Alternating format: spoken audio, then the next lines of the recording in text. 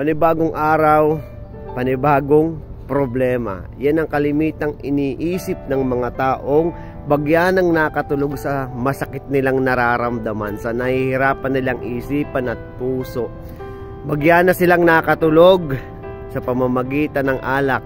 Ayaw nilang maisip yung problema, magpapakalasing, magpapakalala, papakalunod sa alak hanggang hindi na nila malaman ang kanilang sarili hanggang sa makatulog na dahil sobrang sakit ng kanilang nararamdaman. At paggising ng umaga, panibagong sakit na naman ang mararamdaman mo, malulungkot ka na naman, maiiyak ka na naman. Kapatid, huwag kang ganyan mag-isip. Kung yung iba nga nagpapagamot pa para magkaroon lang ng buhay, pero ikaw ayaw mo nang mabuhay. Bakit? Dahil nasaktan ka? Dahil niloko ka? Ganun mo na lang babawiin ang buhay na ibinigay sa iyo? Mag-isip ka, kapatid. Ganun ka ba kahina?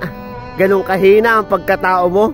Tapos paglasing ka, paglalabas ka, maghahanap ka ng away, ipapakita mo yung physical mong lakas. Hindi yun ang tunay na lakas, kapatid, na sinasabi ko sa iyo.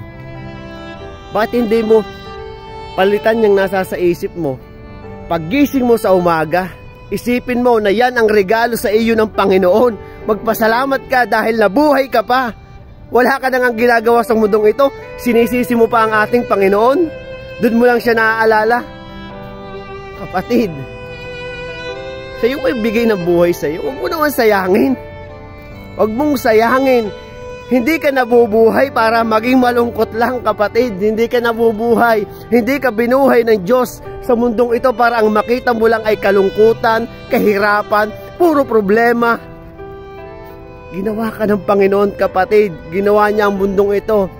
Ikaw nga yung huling nilikha niya para maging masaya ka. Makita mo ang kanyang kinreate na napakaganda. Imulat mo ang iyong mga mata. Huwag mong i-focus ang iyong isipan. Huwag mong sayangin ang oras mo. Huwag mong sayangin ang buhay mo sa mga bagay na hindi nakakapagpasaya sa iyo, kapatid. Huwag mong ituon ang iyong isipan sa mga bagay na nasisira lamang. Ituon mo ang iyong isipan, ituon mo ang iyong puso sa ating Panginoon. Alam mo, kung dumaranas ka ng problema, kapatid, ito yung maiipayo ko sa iyo. Kasi alam ng Panginoon na hindi mo kakayanin ang nararamdaman mong sakit. Kaya nga naandiyan siya. Magtiwala ka sa Panginoon. Magtiwala ka na mayroong Diyos.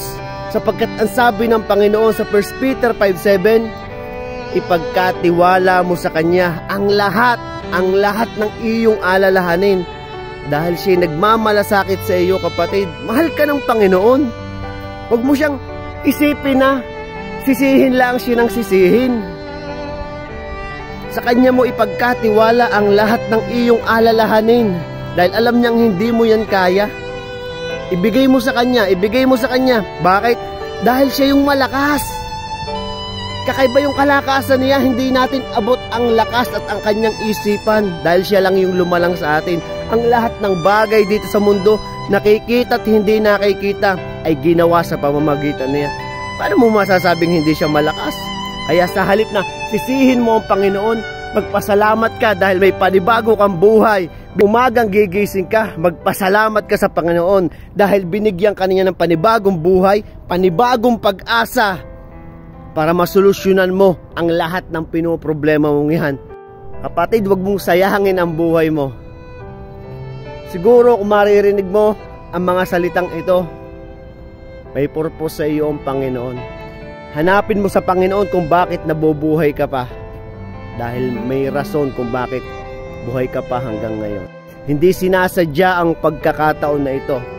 Hindi sinasadya na marinig mo ang mga salitang ito. Sa halip na lumayo ka sa Panginoon, pag meron kang problema at pagsubok, sumunod ka sa Kanya, mas lumapit ka sa Kanya. Bakit? Ang sabi ng Panginoon, siya ang ilaw. Siya ang ilaw. Siya ang nagbibigay liwanag sa mundong ito. Ang sino mang sumusunod sa akin ay hindi na mamumuhay sa kadiliman. Yun ang sabi ng ating Diyos. Kaya pag nakita mo yung liwanag, sumunod kang ganyan. Sundan mo siya, kapatid. sapagkat hindi ka na mamumuhay sa kadiliman kasi nasa sa harap mo ang liwanag. Huwag ka kasi tumalikod sa Panginoon. Huwag kang lumayo sa Panginoon. Pag gumaharap ka sa pagsubok, ang sabi nga niya sa Matthew 11:28, lumapit kayo sa akin, kayong lahat na nahihirapan at nabibigatan sa inyong pasanin, sapagkat bibigyan ko kayo ng kapahingahan. Ganong kabait ang ating Panginoon. Kaya once na may nag-message sa iyo na patungkol sa Panginoon, yung matagal mo nang hinihiling sa Kanya, baka ito na yung kapatid, mensahe ng Panginoon at hindi mga bagay na nakikita lamang. Kasi itong mensaheng ito, minsan mo lang mababasa, pero habang buhay mong makakasama ang ating Panginoon. Tandaan mo yan, kapatid. Kaya huwag mong baliwalain ang mga kapatid, ang mga kaibigan mong nag-aalala sa iyo na may mga mensahe ng Panginoon para sa iyo. Baka yun na yung para sa iyo, baka yun na ang regalo ng Panginoon para sa iyo, kapatid. Magpakatatag ka, kapatid. Tandaan mo na mayroong Diyos at may silbi ang buhay mo. Huwag kang magpatalo sa kaaway. Huwag kang magpagapi sa espiritu ng kasamaan.